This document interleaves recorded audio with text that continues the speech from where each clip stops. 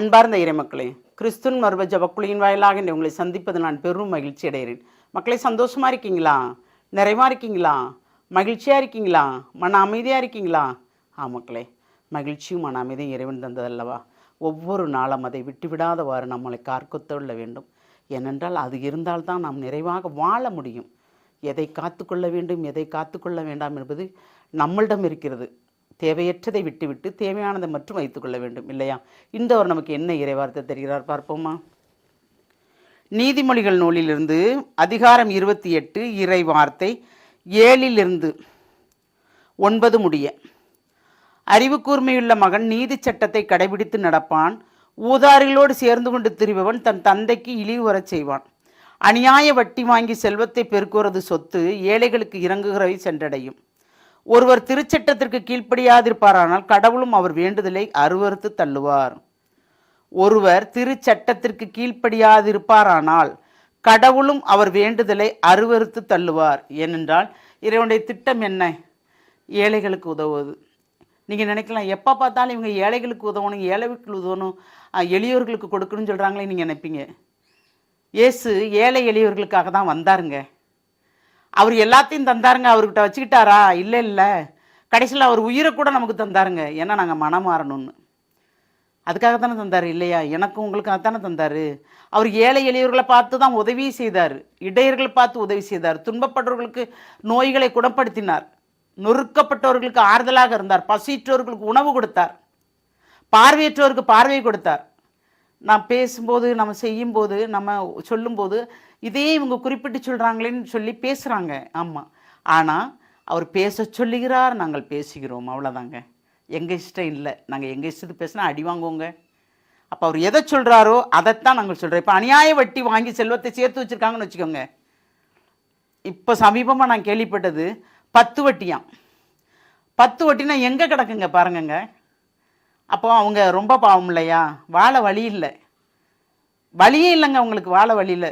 அதாவது தந்தை இல்லை, பிள்ளைகள் இருவருக்கும் கணவர் இல்லை, பிள்ளைங்கள் இருவருக்குமே ஆளுக்கு ஒவ்வொரு பிள்ளைங்க இருக்குது. அவங்க எப்படிங்க வாழ்வாங்க சொல்லுங்கள்? எப்படி வாழ்வாங்க? வாடகை வீடு, சொந்த வீடு இல்லை. உணவுக்கு அவங்களுக்கு சாப்பாட்டுக்கு வழி இல்லை. அவங்க சொல்லும்போது அப்படியே நமக்கு என்னமோ பண்ணுதுங்க அது.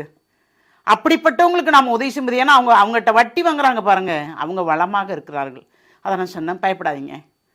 அந்த வளமான வாழ்க்கையை அவங்க வாழ்கிறாங்க நீங்கள் நினைக்கிறீங்க. ஆனால் ஆண்டவர் ஒரு கணக்கு வச்சுருப்பாருங்க. பயப்படாதீங்க. இல்லைம்மா, நாங்கள் அந்த வட்டி கொடுக்குறதுக்குள்ள பெரும் பாடாயிருது, வீட்டை விட்டு வெளியே வர முடியலன்னு சொல்கிறாங்க. அப்படியும் இருக்கிறாங்க பார்த்தீங்களா? என்ன வட்டினா 10 வட்டியாம்.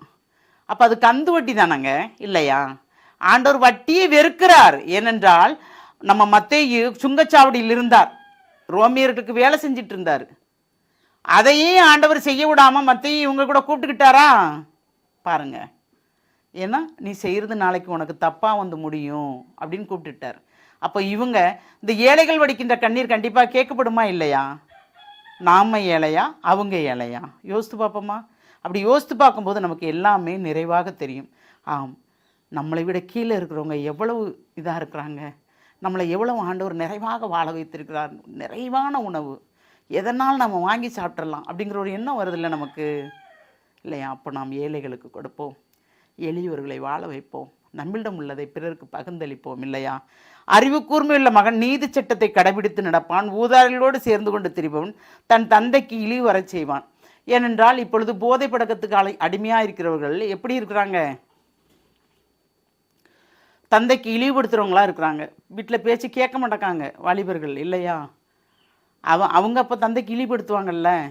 ஆனால் இது எப்படின்னா, அறிவு கூர்மை உள்ளவன், நல்ல நீதி சட்டத்தை படித்தவன் தந்தைக்கு பெருமை சேர்க்கிறான். எல்லா வகையிலையும் பெருமை சேர்க்கிறான். எதை பேசினாலும் அவன் அர்த்தத்தோடு பேசுகிறான், ஞானத்தோடு செய்கிறான். அப்படி செய்யும்போது தந்தைக்கு பெருமை தானே. அப்போ இறையச்சத்துடன் வாழும் குடும்பத்தில் இருக்கும் பிள்ளைகள் எப்பொழுதும் நிறைவாக இருப்பார்கள். அப்படி நிறைவாக இருப்பவர்கள் பிறரோடு ஊதாரிகளோடு சேரும்போது தானும் ஊதாரியாகிவிடக்கூடாதே என்று நினைக்கின்ற தந்தையும் தாயும் தான் பதறுகிறார்கள், இல்லையா? அப்போ தந்தை சொல் கேட்டு பிள்ளைகள் நடப்பவர்கள், தாய் தந்தை சொல் கேட்டு பிள்ளைகள் நடப்பவர்கள், தந்தைக்கும் தாய்க்கும் பெருமை சேர்ப்பவர்கள் எப்பொழுதும் நிறைவாக இருப்பார்களா மாட்டார்கள்? கண்டிப்பாக இருப்பார்கள். அதுபோல் தாயும் தந்தையும் நல்ல போதனையை கொடுக்கும்போது நிறைவாக இருக்கும். அந்த நிறைவை எப்பொழுதும் கேட்போமா?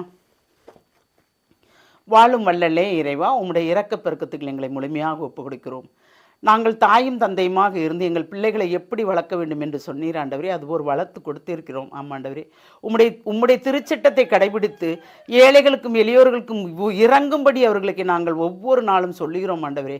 அதன்படி அவர்கள் நடக்கும்போது ஆமாண்டவரே, நீர் அவர்களை நிறைவாக ஆசீர்வதிப்பீர் நாங்கள் விசுவசிக்கிறோம், நம்புகிறோம்.